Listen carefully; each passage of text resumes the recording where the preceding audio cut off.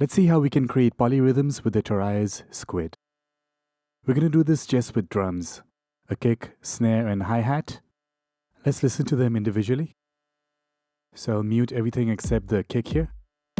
In trigger mode here, we can see the pattern. I think this is not the kick.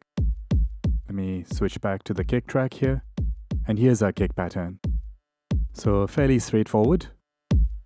Let's check out the snare. Let's unmute the snare as well. Again, very simple, just set one syncopated hit at the end there. Lastly, the hi-hat. I'll unmute it. And again, a very straightforward eighth note pattern. So at the most basic level, we can change the pattern speed. So let's say for the hi-hat, I'm going to set it to double time. That's not that interesting, but I can set it to 1.5. Now we have a polyrhythmic effect. Back to 1. It also goes down to half. Not that interesting though. Let's try this on the snare. This is at 1.5.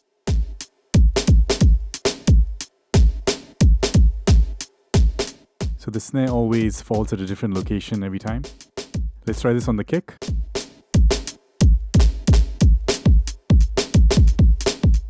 It gets a bit too chaotic. How about a double time?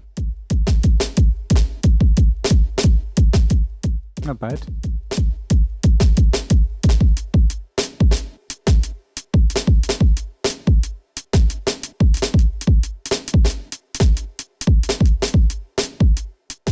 Alright, so that's just changing up the pattern speed individually. Another thing you can do is play with the active step feature.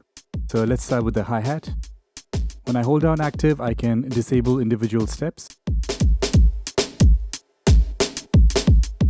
So now we have 3 steps missing. So it's like a 13-step part. For each step, I can change the count.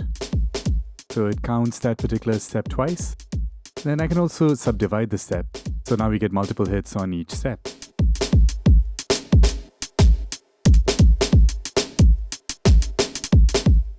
Now, of course, these are not polyrhythms, but just interesting rhythmic variations and subdivisions. I'll deactivate a few more steps here.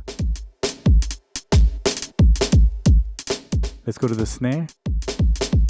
Do the same thing, deactivate a few steps.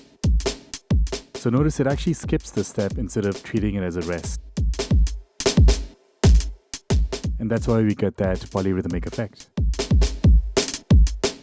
The third thing we can do to create polyrhythms is to turn on fixed length. So with fixed length, I can set a specific beat for each pattern. So let's say I'll set this to 3 beats. And now when fixed length is on, you can see only the first 3 rows are being traversed. I'll add another hit there.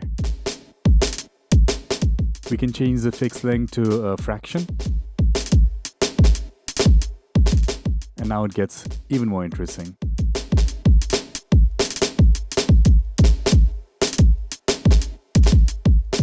There's some standard speed controls over here, just double time or half time the pattern. And that again just adds to the overall variation of the beat. I'll try this on the hi-hat.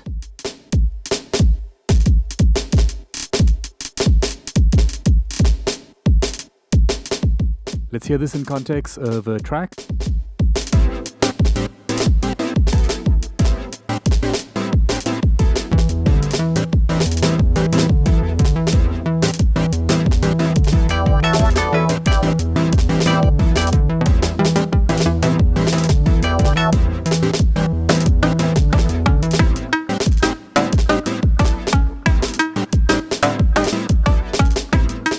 Now these techniques you can also try on your melodic and harmonic parts, and combined with your drums you're going to get some pretty interesting polyrhythmic effects.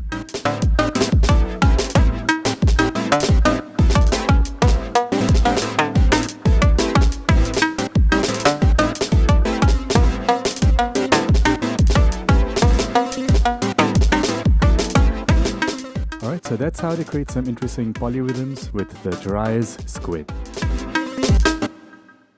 Stay tuned for more.